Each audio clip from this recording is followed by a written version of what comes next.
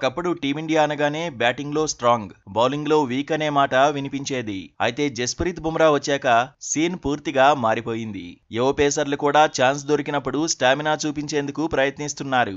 వచ్చిన అవకాశాలను వినియోగించుకుంటున్నారు. పేసర్లు ఎంత దూకుడు చూపించినా స్పిన్నర్లు టీమిండియాకు బలం అనడంలోనూ డౌట్ లేదు. అందుకు తగినట్టే కెప్టెన్ రోహిత్ శర్మ వ్యూహాలను అమలు చేస్తున్నాడు. పేసర్ల కంటే స్పిన్నర్లను ఎక్కువగా నమ్ముకుంటున్నాడు. గత వన్డే వరల్డ్ కప్ లోనూ స్పిన్ అస్త్రాన్ని ఎక్కుపెట్టాడు. ఇప్పుడు ఛాంపియన్స్ ట్రోఫీలోనూ పేసర్ల కంటే స్పిన్నర్ల సైన్యమే ఎక్కువగా ఉంది. ప్రస్తుతం టీమిండియాలో 3 పేసర్లు చోటు దక్కించుకున్నారు. ఒక సీమ్ ఆల్రౌండర్ కూడా టీంలో ఉన్నాడు. 5 స్పిన్నర్లకు జట్టులో ప్లేస్ దక్కింది. పేసు విభాగంలో మహమ్మద్ షమి, హర్షదీప్ సింగ్, హర్షిత్ రాణా ఉన్నారు.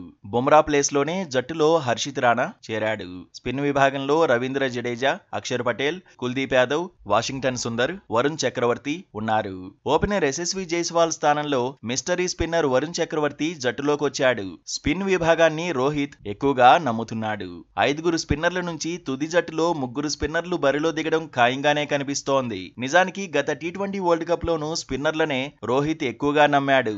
టోర్నీకి జడేజా, అక్షర్ పటేల్, కుల్దీప్ యాదవ్, చాహల్ అందుబాటులో ఉండేలా చూసుకున్నాడు.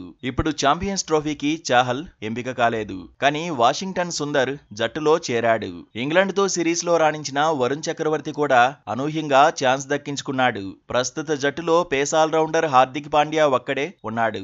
మరో పేస్ ఆల్రౌండర్ కూడా జట్టులో ఉంటే బాగుండేదనే చర్చ ఉంది. కానీ దుబాయ్లో స్పిన్నర్లు అడ్వాంటేజ్ అవుతారని హెడ్ కోచ్ గంభీర్ సైతం ఫిక్స్ అయినట్టు కథనాలు వస్తున్నాయి. అయితే స్పిన్నర్ల నుంచి టీం మేనేజ్మెంట్ క్వాలిటీ బౌలింగ్ ను ఎక్స్పెక్ట్ చేస్తోంది. స్పిన్నర్ల బ్యాట్ నుంచి పరుగులు కూడా కోరుకుంటోంది. అక్షర్, జడేజా ఆల్రౌండర్లుగా హిట్ కావాలనుకుంటోంది. వాషింగ్టన్ కూడా ఆల్రౌండరే. కానీ వరుణ్ చక్రవర్తి, కుల్దీప్ మాత్రం స్పెషలిస్టు స్పిన్నర్లు.